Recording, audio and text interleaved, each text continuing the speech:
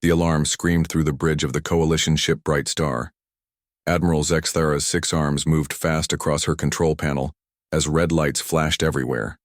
Her ship shook hard as another enemy blast hit them. Through the big window, she could see the dark shapes of Vorthak ships everywhere. There were so many that they blocked out the stars.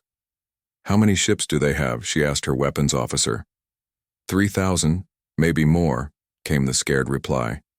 "We count new ones every minute." Zexthara felt cold fear in her chest. The coalition had been fighting the Vorthak Empire for 2 years. They had won some battles and lost others. But this was different. This was not a battle. This was the end of everything. The Vorthak had come with their biggest fleet ever. They were not trying to take planets or steal resources anymore. They wanted to destroy every coalition ship and kill everyone who fought against them. In just 3 days, they had smashed through the coalition's best defenses. 12 star systems had fallen. Billions of people were dead. "Admiral, we are getting reports from all sectors," her communication officer said. Her voice was shaking. "The 4th Fleet is gone. The 7th Fleet is running away. The defense stations around Kepler Prime are destroyed." Zexthara closed her eyes. Kepler Prime was the coalition's biggest military base. If it was gone, then they had lost the war. She opened her eyes and looked at the tactical display. Red dots showed Vorthak ships. There were hundreds of them just in this small area. Blue dots showed coalition ships. There were only 12 left. "Admiral, what are your orders?" her first officer asked. Zexthara looked at him. He was young and brave, but she could see the fear in his eyes. What could she tell him? That they should keep fighting when they had no chance? That they should run away and leave other coalition ships to die alone? Then she remembered something. 3 months ago, a new species had joined the coalition. They called themselves humans. They came from a small planet called Earth. Most coalition members did not think much about them. Humans looked weak. They had no natural armor or claws. Their ships were small and looked simple. But they had asked to join the coalition, and the council had said yes. "Send a message to all coalition emergency frequencies," Zexthara ordered. "Ask for any ships that can help us." Her communication officer worked fast. "Message sent, Admiral. But who will answer? All our fleets are destroyed or running away." Zexthara did not answer. She watched the tactical display as more blue dots disappeared. Each one meant a ship full of brave soldiers was gone forever. Far away in a quiet part of space near the human territories, Captain Jake Morrison was drinking coffee on the bridge of his ship. The UES Valiant was a human destroyer, not very big compared to other species' ships. Morrison was young for a captain, only 35 years old. He had short brown hair and calm blue eyes.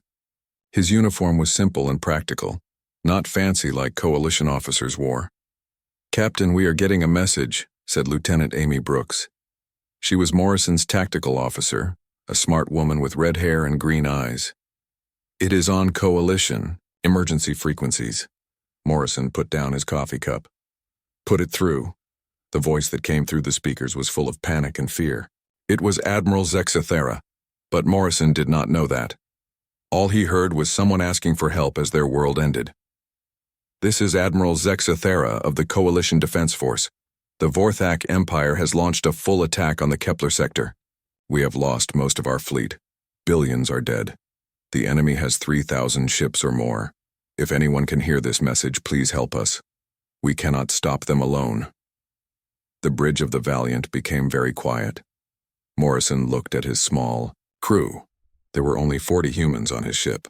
Around them were 11 other human ships, all small destroyers and cruisers. They were supposed to be on a simple patrol mission, checking asteroid fields for pirates. "Amy, how far are we from the Kepler sector?" Morrison asked. Brooks checked her computer. "About 6 hours if we use maximum jump speed. But Captain, we only have 12 ships. The message said the enemy has thousands." Morrison stood up and walked to the big window. He could see the other human ships floating nearby. They looked so small compared to the big coalition battleships he had seen. But Morrison knew something that most aliens did not understand about humans. Size was not everything. Humans had been fighting wars for thousands of years. They had learned how to win even when the enemy was bigger and stronger. "Contact Admiral Kane at Earth Command," Morrison ordered.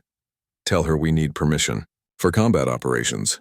His communication officer, a young man named Pete Davis, looked surprised. "Sir, are you sure? We are very outnumbered."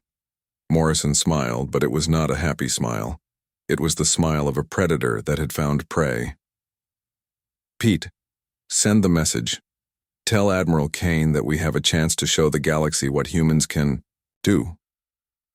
10 minutes later, Admiral Lisa Kane's face appeared on the main screen.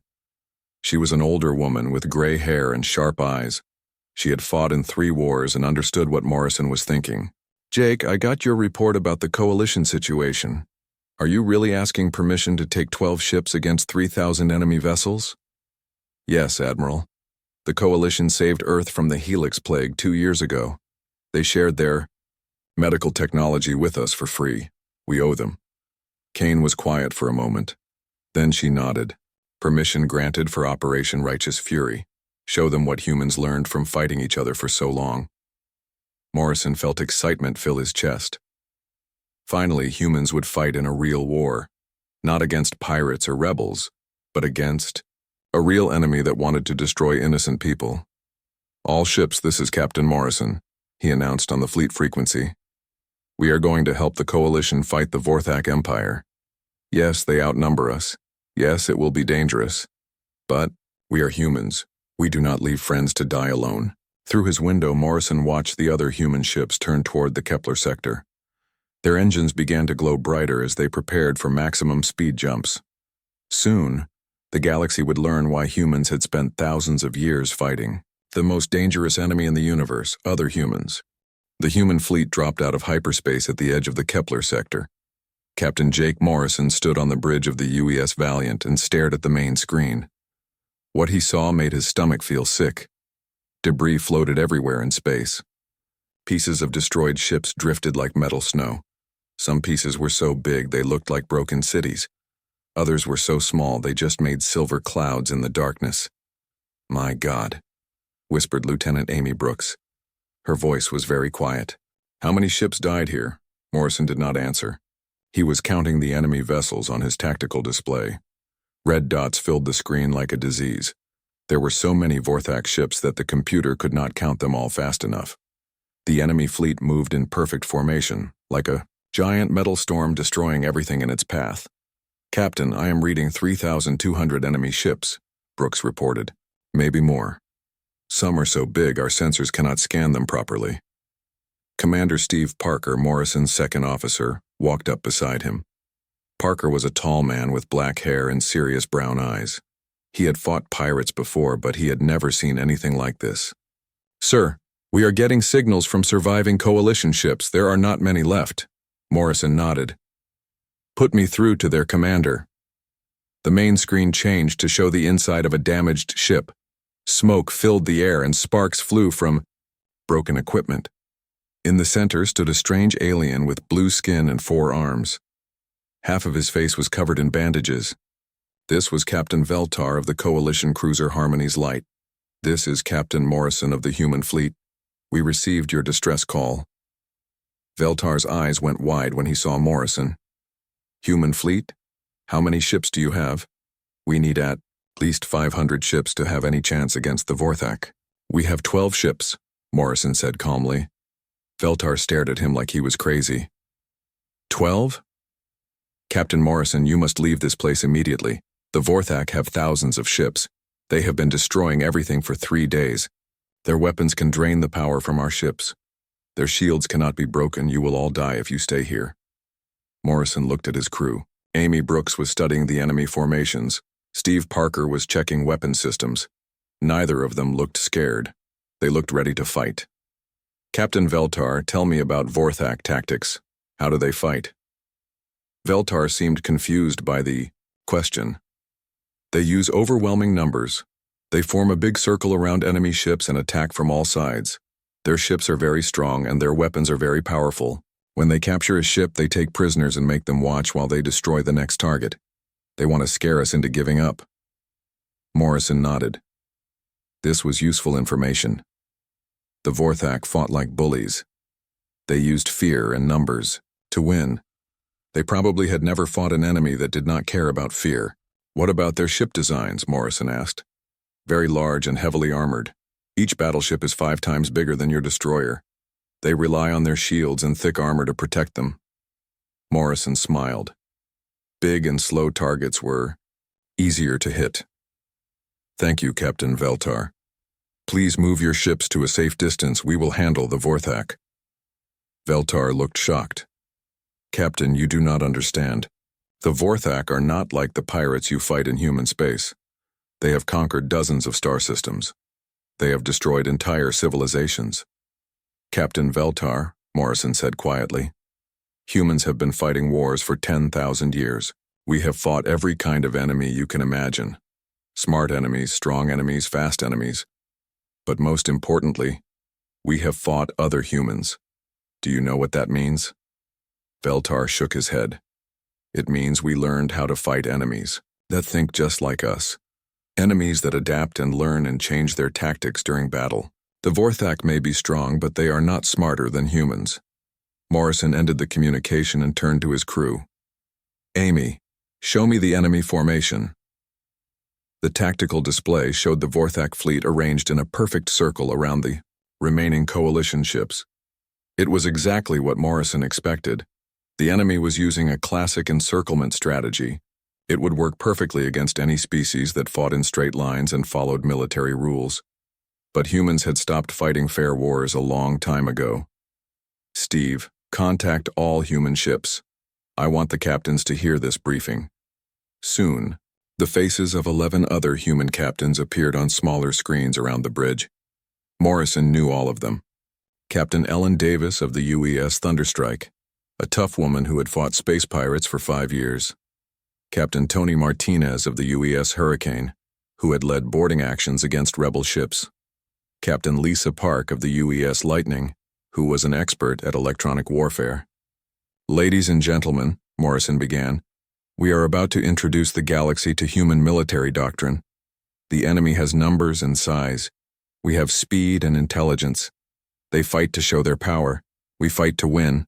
He pointed to the tactical display. The Vorthak are using standard encirclement tactics. They expect us to form up in battle lines and shoot at each other until someone runs out of ammunition. Instead, we are going to use Protocol Chaos. The other captain smiled. Protocol Chaos was a human tactic developed for fighting superior numbers.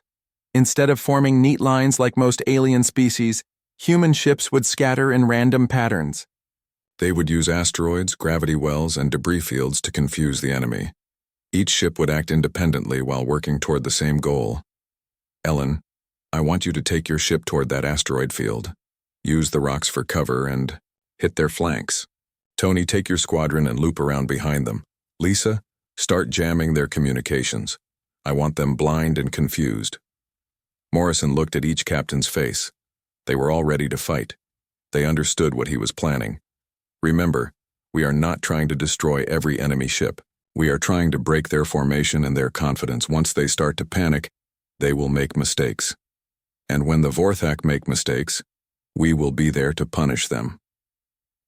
The human fleet began to spread out.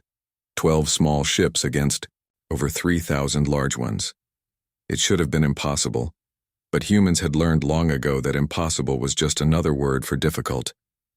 The Vorthak Admiral Keithvar stood on the bridge of his massive flagship, the Deathbringer. The ship was so big that smaller vessels could land inside its docking bays. Its armor was thicker than most buildings. Its weapons could destroy a city with one shot. Around him, 3,000 other Vorthak ships waited in perfect formation. Admiral, we detect 12 small ships approaching, his sensor officer reported. They appear to be from the new species called humans. Keithvar laughed. His voice sounded like metal grinding against stone. 12 ships? Are they coming to surrender? No, sir. They are moving into attack positions. Keithvar stopped laughing. He had conquered 47 star systems. He had destroyed hundreds of fleets. Never had an enemy attacked him when they were outnumbered so badly. These humans must be very stupid, or very brave. Either way, they would be dead soon. Signal the fleet. Form standard encirclement pattern. We will crush these insects quickly, and then finish the coalition. The Vorthak fleet began to move. Huge battleships turned slowly through space like floating mountains. They formed a perfect circle around the human ships. It was a formation that had never failed. The enemy would be trapped in the center with nowhere to run. But something strange happened. Instead of forming battle lines like every other species did, the human ships scattered in all directions. Some flew toward asteroid fields. Others dove toward the gravity well of a nearby planet. 2 ships actually flew straight at the Vorthak formation, as if they wanted to ram the much larger enemy vessels. "What are they doing?" Kethavar demanded. "This is not proper fleet tactics." On the UES Valiant, Captain Morrison watched his tactical display with satisfaction. The Vorthak were doing exactly what he expected. They were trying to surround an enemy that refused to stay in one place. "Amy, target that command ship. The big one in the center. Hit their sensor array." Lieutenant Brooks fired the ship's main guns. Blue energy beams lanced out and struck the Deathbringer's sensor dome. The massive ship barely felt the impact, but its ability to coordinate the fleet was damaged. "Direct hit, Captain. Their sensors are operating at 60%. Morrison smiled. "Good.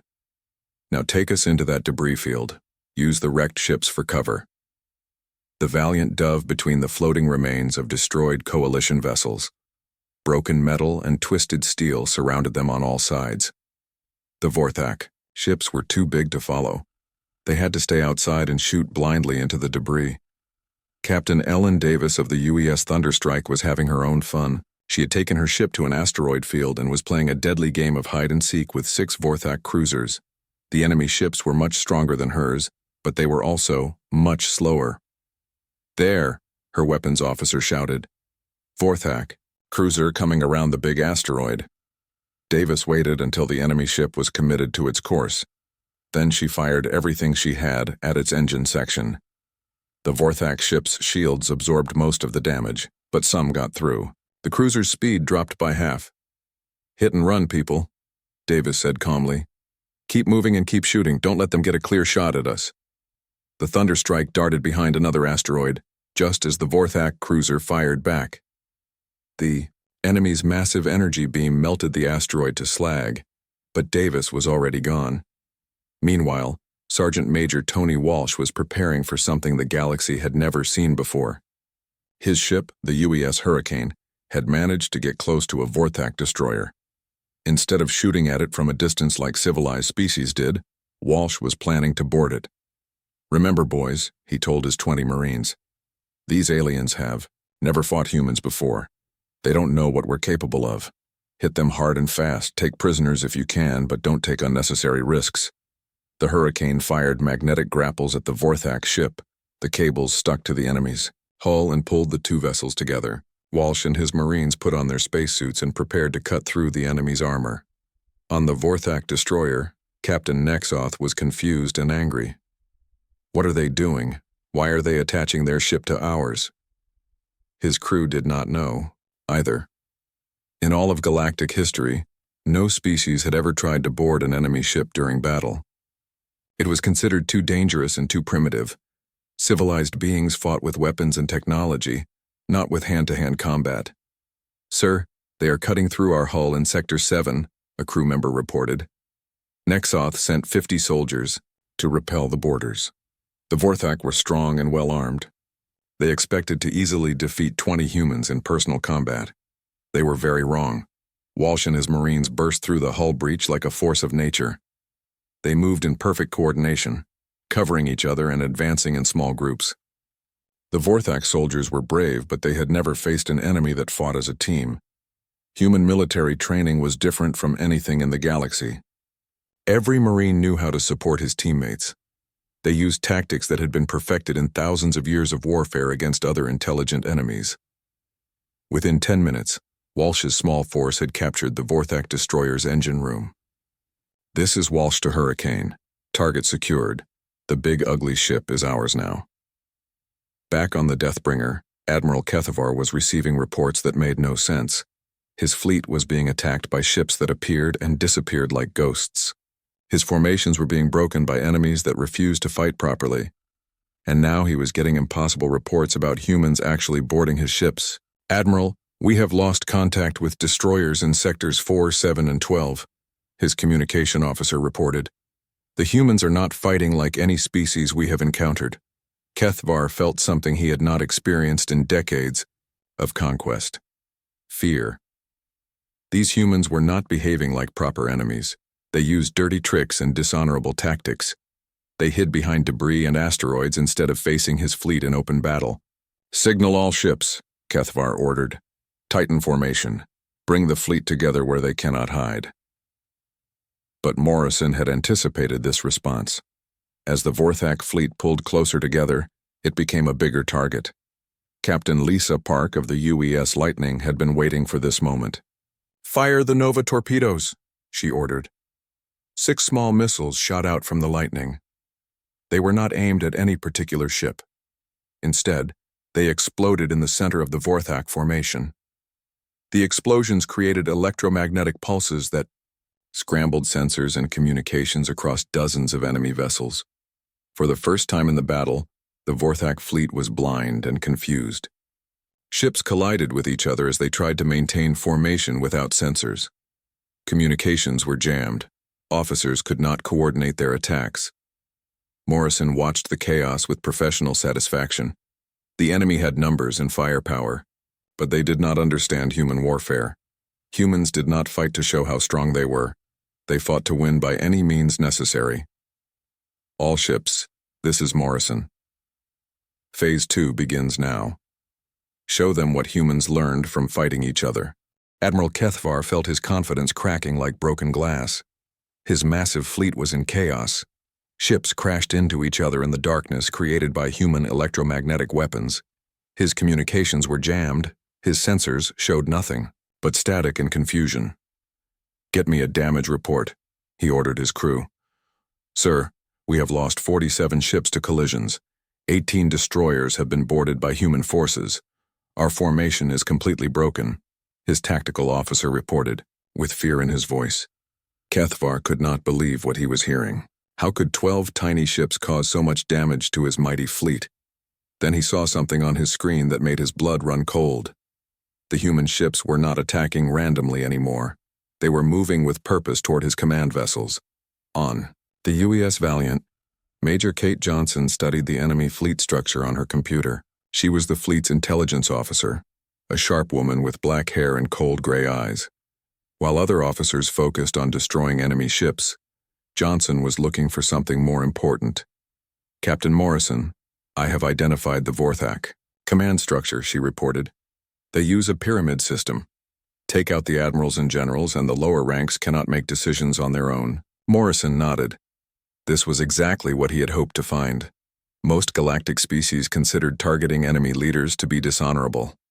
They believed wars should be fought between soldiers, not decided by killing commanders. Humans had learned long ago that cutting off the enemy's head was the fastest way to win. "Kate, mark all command ships on the tactical display. We are going to teach the Vorthak why humans target leadership." Johnson's fingers moved fast across her computer. Red markers appeared on the main screen, showing the location of enemy admirals and fleet commanders. There were 12 command ships scattered throughout the Vorthak formation. "All human ships, this is Morrison. New target priorities. Ignore the big battleships, hit the command vessels, make them leaderless." Captain Tony Martinez of the UES Hurricane was closest to the first target. His ship had just finished delivering boarding teams to 2 Vorthak destroyers. Now he turned toward a Vorthak command cruiser that was trying to restore order to the confused fleet. "This is Hurricane. I have eyes on target Alpha. Beginning attack. Run." Martinez brought his ship in fast and low, using a destroyed coalition battleship as cover. The Vorthak command cruiser was busy trying to coordinate other ships and did not see him coming until it was too late. "Fire everything," Martinez ordered. The Hurricane's weapons lit up the darkness. Energy beams and missiles struck the command cruiser's bridge section. The enemy ship's shields held for a few seconds, then collapsed under the concentrated fire. The bridge exploded in a ball of fire and metal. "Target Alpha is down," Martinez reported. "Their admiral is dead." Immediately, the Vorthak ships in that sector stopped moving in coordination. Without their commander, they could not decide what to do. Some tried to retreat. Others kept attacking in random directions. The organized formation became a confused mob. Dr. Alex Turner was watching all of this from his position on the UES Lightning. Turner was the fleet's chief scientist, a thin man with messy brown hair and thick glasses. While the battle raged around him, he was doing something that would change galactic warfare forever. "Captain Park, I have finished analyzing the Vorthak technology," Turner announced.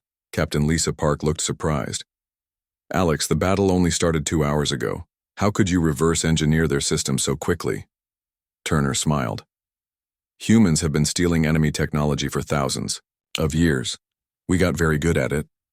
The Vorthak shields operate on a rotating frequency pattern. If we match that frequency, we can punch right through their defenses." Park felt excitement fill her chest. "How long to modify our weapons?" "Already done. I have uploaded the new settings to all ships. Their shields are now useless against us." This was something no other galactic species could do. Most aliens spent years studying captured technology before they understood it. Humans had learned to adapt and improve during active combat. It was a skill developed from fighting other humans who also adapted and learned quickly. Commander Paul Green of the UES Falcon was the first to test the new weapons. He led a squadron of 4 human ships against a group of Vorthak battleships that were trying to reform their battle line. Remember, boys, these big ships rely on their shields. Without shields, they are just slow, fat targets. Green's squadron attacked in formation, but not the kind of formation other species used. Instead of flying in neat lines, the human ships moved like a pack of wolves hunting large prey. 2 ships attacked from the front to get the enemy's attention. 2 more came from the sides to hit weak points. The Vorthak battleships fired their massive weapons at the attacking humans. Their energy beams could destroy a city, but they could not hit the small, fast human ships that danced around them like angry insects. Green waited until the perfect moment, then fired. His modified weapons cut through the Vorthak shields like they were made of paper. The massive battleship's armor cracked and split. Secondary explosions ran along its hull as internal systems overloaded. "Scratch 1 battleship," Green reported, with satisfaction. On the Deathbringer, Admiral Kethvar watched his fleet falling apart. His admirals were dead, his shields were useless, his formations were broken, and somehow the humans seemed to know exactly where to hit his ships for maximum damage. "How are they doing this?" he demanded. "How do they know our weaknesses so quickly?" His science officer, a young Vorthak named Velnax, had been studying the human attack patterns. "Admiral, I believe they are learning our technology in real time. Every attack teaches them something new about our ships." Kethvar felt true fear. For the first time in his military career, he had conquered dozens of species, but none of them had ever adapted this quickly. Most enemies fought the same way from beginning to end. These humans got smarter and more dangerous with every passing minute. "Signal the fleet," Kethvar ordered. "Begin retreat procedures. We will regroup and return with more ships." But Morrison had been expecting this. Human military doctrine had one simple rule: never let a defeated enemy escape to fight again. As the Vorthak ships turned to run, they found human vessels already waiting in their escape routes. "This is Morrison to all ships. The enemy is trying to retreat. Remember the first rule of human warfare: finish what you start. No Vorthak ship leaves this system alive." The real slaughter was about to begin. The galaxy was about to learn that humans did not just win battles. They made sure their enemies could never threaten innocent people again. The Vorthak fleet tried to run, but they discovered something terrifying about human warfare. Humans did not just fight battles. They hunted enemies until those enemies could never hurt anyone again. Lieutenant Commander Ben Foster of the UES, Shadow, had been waiting for this moment. While the main battle happened, he had taken his ship to the edge of the system. His job was to watch for retreating enemies and make sure none escaped. "Captain Morrison, this is Foster. I count 400 Vorthak ships trying to reach the hyperspace jump point.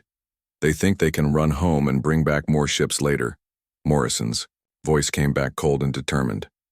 Ben, you know what to do. Ghost Protocol is now active. Foster smiled. Ghost Protocol was a human tactic that other species did not even know existed. Human ships could shut down most of their systems and drift through space like pieces of debris. Enemy sensors would see nothing but floating metal. Then, when the enemy got close, the human ships would come alive and attack. All right, boys, Foster told his crew. Power down everything except life support. We are going to play dead until these ugly bugs get close enough to bite. The UES shadow went dark and began drifting toward the fleeing Vorthak ships. To enemy sensors, it looked like just another piece of battle wreckage. The Vorthak fleet rushed past it, desperate to escape the nightmare behind them. When the last enemy ship passed by, Foster gave the order. Light them up. The Shadow's engines roared to life. Its weapons charged and fired in one devastating burst. The rear Vorthak ship exploded before its crew knew they were under attack. The ship next to it tried to turn and fight, but Foster was already moving to his next target. Behind the fleeing Vorthak fleet, the main human force was finishing the last of the enemy battleships. Captain Ellen Davis had just watched her modified weapons slice through a Vorthak dreadnought like it was made of paper. This is too easy now, she told her crew. Once we figured out their technology, they became sitting ducks. But Morrison was thinking about bigger things than just this battle. As more human ships arrived from other sectors, he realized that the galaxy was about to change forever. Admiral Lisa Kane had kept her promise. The main human battle fleet was jumping into the system. Captain Morrison, this is Admiral Kane. I am arriving with the first battle group, 87 ships including our newest dreadnoughts. Morrison watched as massive human warships appeared in flashes of light. These were not the small destroyers and cruisers that had started the battle. These were true warships, built for one purpose: to destroy any enemy that threatened human allies. The UES Titan was the largest ship in the human fleet. It was half the size of the biggest Vorthak battleships, but it was packed with weapons and armor designed by engineers who understood that wars were won by superior firepower, not by showing off. Captain Sandra White stood on the Titan's bridge and looked at the tactical display. The battle was almost over. Scattered Vorthak ships were either destroyed, captured, or running away. But she knew this was just the beginning. Admiral Kane, I am reading Vorthak reinforcements at the edge of sensor range. Looks like their Emperor is sending more fleets. Kane nodded. She had expected this. The Vorthak Empire would not accept defeat easily. They would keep sending ships until either they won or they had no ships left to send. Sandra, take your battle group and intercept those reinforcements. Show them what happens when someone threatens our friends. Captain White smiled. The galaxy was about to learn that humans did not fight wars the way other species did. When humans went to war, they did not stop until the enemy could never fight again. 3 hours later, the last Vorthak ship in the Kepler sector was destroyed. The great enemy fleet that had terrified the galaxy was nothing but floating debris. But Morrison knew the war was not over. It was just beginning. All ships, this is Morrison. Phase 3 is now active. We are not going home. We are going to end this war permanently. Admiral Kethavar had managed to escape in a small shuttle when his flagship was destroyed.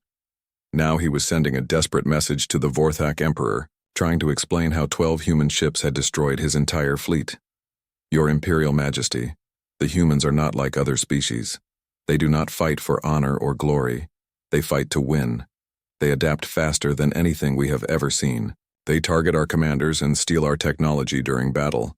They use tactics that are dishonorable, the Emperor interrupted. No, Your Majesty. Effective. Terrifyingly effective. We need to surrender before they reach our home worlds. But the Emperor was proud and angry. Send the second and third fleets. Send everything we have.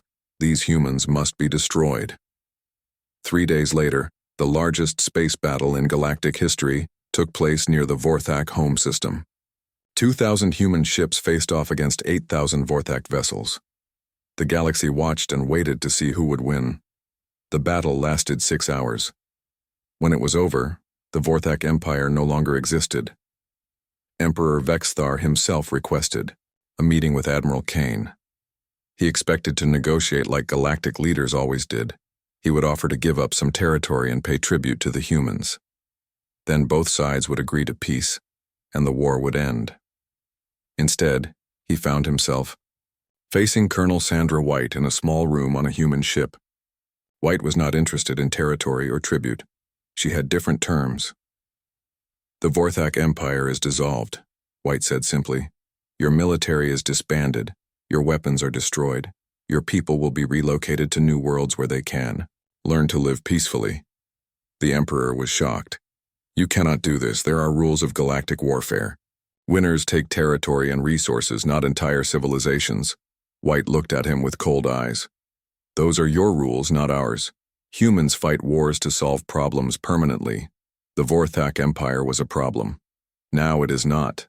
6 months later, former Vorthak soldiers were learning how to be farmers and teachers on peaceful worlds. Their children attended schools where they learned about cooperation instead of conquest. Human engineers were rebuilding the worlds the Empire had destroyed. Captain Jake Morrison stood on the bridge of the UES Valiant and looked out at the stars. The galaxy was peaceful now. The threat was ended. But he knew that other enemies would come eventually. When they did, they would face something they had never encountered before. They would face humans who had learned how to wage war by fighting the most dangerous enemy in the universe, other humans. And those enemies would discover, as the Vorthak had learned too late, that humans did not just win wars, they ended them.